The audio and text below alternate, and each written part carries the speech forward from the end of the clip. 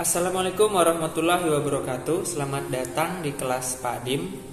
Terima kasih teman-teman yang sudah klik video ini. Semoga teman-teman yang dengan sengaja mengklik video ini, teman-teman semua diberikan keberkahan dan diberikan rezeki yang berlimpah oleh Allah Subhanahu wa taala. Amin ya rabbal alamin. Pada kesempatan yang berbahagia ini, kita akan mempelajari satu materi yang sangat penting untuk zaman ini, yaitu menjaga kelestarian lingkungan. Nah, bagaimana penjelasannya? Mari kita simak bersama.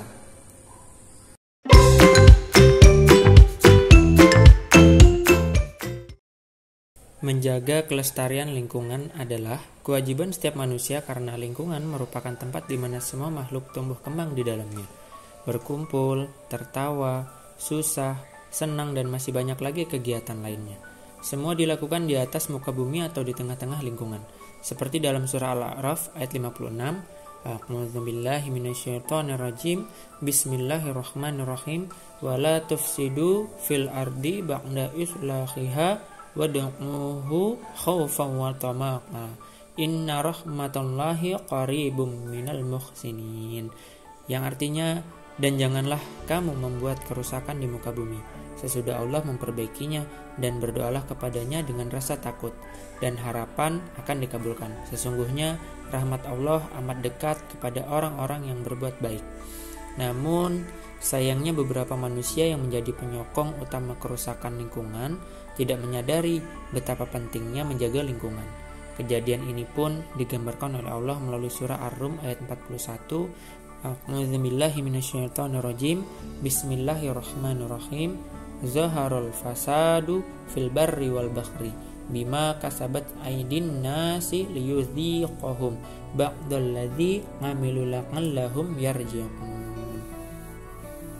Telah tampak kerusakan di darat dan di laut disebabkan perbuatan tangan manusia. Allah menghendaki agar mereka merasakan sebagian dari akibat perbuatan mereka, agar mereka kembali ke jalan yang benar. Jadi dari ayat tersebut menjelaskan bahwa beberapa kerusakan di muka bumi ini adalah ulah manusia, yang mana kerusakan itu sebagai teguran dari Allah agar manusia kembali ke jalan yang benar. Contoh dari kerusakan lingkungan yang paling dekat dengan manusia itu sendiri adalah menumpuknya sampah plastik di Indonesia.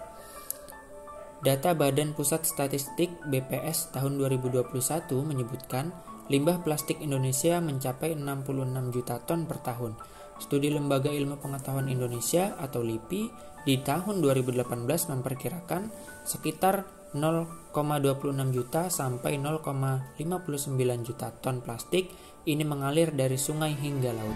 Sampah plastik ini semua terkumpul dari berbagai elemen.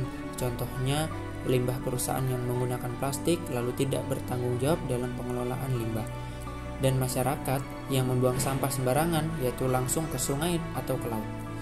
Dan jika ini dibiarkan terus-menerus, sampah plastik yang berada di perairan Indonesia lambat atau cepat akan menciptakan kondisi buruk bagi manusia itu sendiri. Contohnya, sampah plastik memiliki serpihan kecil yang bernama mikroplastik yang berukuran kurang dari 5 mm. Karena ukurannya sangat kecil, manusia kebanyakan tidak menyadari sehingga masyarakat banyak yang mengonsumsi mikroplastik. Mikroplastik sangat berbahaya bagi tubuh manusia karena dapat menyebabkan gangguan hormon seperti gangguan reproduksi, gangguan pertumbuhan, menopause lebih awal, menstruasi lebih awal, penurunan kualitas sperma, indikasi interseks atau kelamin ganda, dan mikroplastik dapat menyebabkan kanker. Oleh sebab itu, kita perlu melestarikan lingkungan. Salah satu contohnya adalah pandai dalam mengelola sampah plastik. Pengelolaan sampah plastik dapat dilakukan dengan 3R, yaitu reduce, reuse, dan recycle. Hal itu dilakukan untuk mengurangi sampah plastik yang ada di sekitar kita. Reduce dapat dilakukan dengan mengurangi sampah plastik dengan membawa tas belanja sendiri yang dapat digunakan berkali-kali sehingga kita dapat mengurangi sampah kresek. Kemudian reuse dapat kita lakukan dengan menggunakan barang dengan hemat.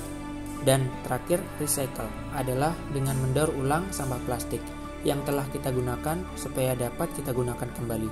Contohnya dengan membuat tas dari sampah bungkus saset atau yang lainnya.